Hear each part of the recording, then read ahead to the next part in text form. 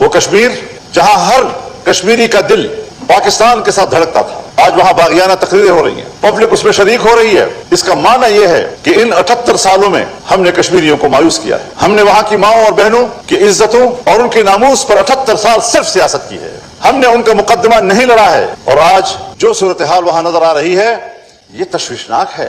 یہ نہیں کہ میں صرف حکومت پر تنقید کروں، میں یہ تجویز کروں گا کہ اس حوالے سے ہمیں غور و فکر کرنا چاہیے۔ اور ہمارے ہاں تو حکومتی رٹ ختم ہو چکی، تھانوں پر قبضے ہو رہے ہیں، پولیس اسٹیشن تباہ کر دیے جا رہے ہیں، چھاونیوں پہ حملے ہو رہے ہیں۔ ہمارے فوج کے جوان، ہمارے FCC کے جوان، ہمارے پولیس کے جوان آئے روز حملوں کا شکار ہیں اور شہید ہو رہے ہیں۔ دفاع کی صلاحیت ہماری کمزور ہو رہی ہے۔ آج کسی تعصب کی بنیاد پر نہیں کہہ رہا، میں مسلسل یہ باتیں کر رہا ہوں ایک پاکستانی کی حیثیت میں اور ایک پارلیمنٹرین کی حیثیت میں کہ ملک کا امن و امان انتہائی حد تک خراب۔ بسم اللہ الرحمن الرحیم۔ السلام علیکم۔ مولانا فضل الرحمان نے آج سب کو آڑے ہاتھوں لیتے ہوئے کہا کہ آپ لوگوں نے ملک پاکستان کا امن تباہ کر کے رکھ دیا ہے۔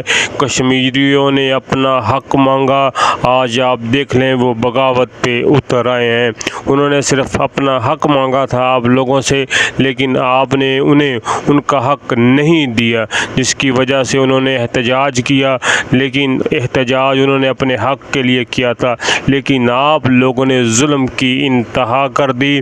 آپ کو کیا پتہ کہ کتنے گھر جو ہیں ان کے چراغ بجھ چکے ہیں، کتنے بچے جو ہیں وہ یتیم ہو چکے ہیں، کتنی بیٹیاں جو ہیں وہ اپنے باپ سے محروم ہو چکی ہیں۔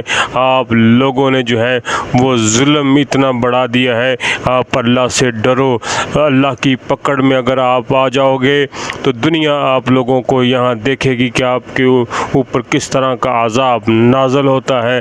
تو لہٰذا میں آپ لوگوں سے یہی کہنا چاہتا ہوں کہ آپ لوگ جو ہے سچے دل سے رب سے توبہ کر لیں، معافی مانگ لیں، جو ان کا حق ہے ان کو دیجیے۔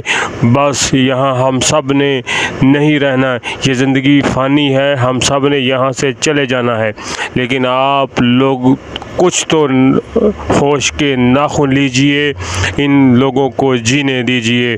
بہت ہو گیا، یہ کھیل ختم ہونا چاہیے۔ اب عوام کے لیے، اس ملک پاکستان کے لیے ہم سب کو مل کے جو ہے ان کو آگے لے کے جانا چاہیے۔ تو میں آپ تمام لوگوں سے یہی گزارش کرتا ہوں کہ خدایا ترس کھائیں ان غریبوں پر، ان کا کیا قصور ہے؟ اوپر سے بجلی کے بل ادا نہیں ہوتے، بیمار ہو جائے کوئی بچہ اس کی میڈیسن نہیں لے سکتا، کوئی میڈیسن اتنی مہنگی ہو چکی ہیں، تو خدایا ان پہ ترس کھا جاؤ، نہیں تو آخرت سے ڈرو۔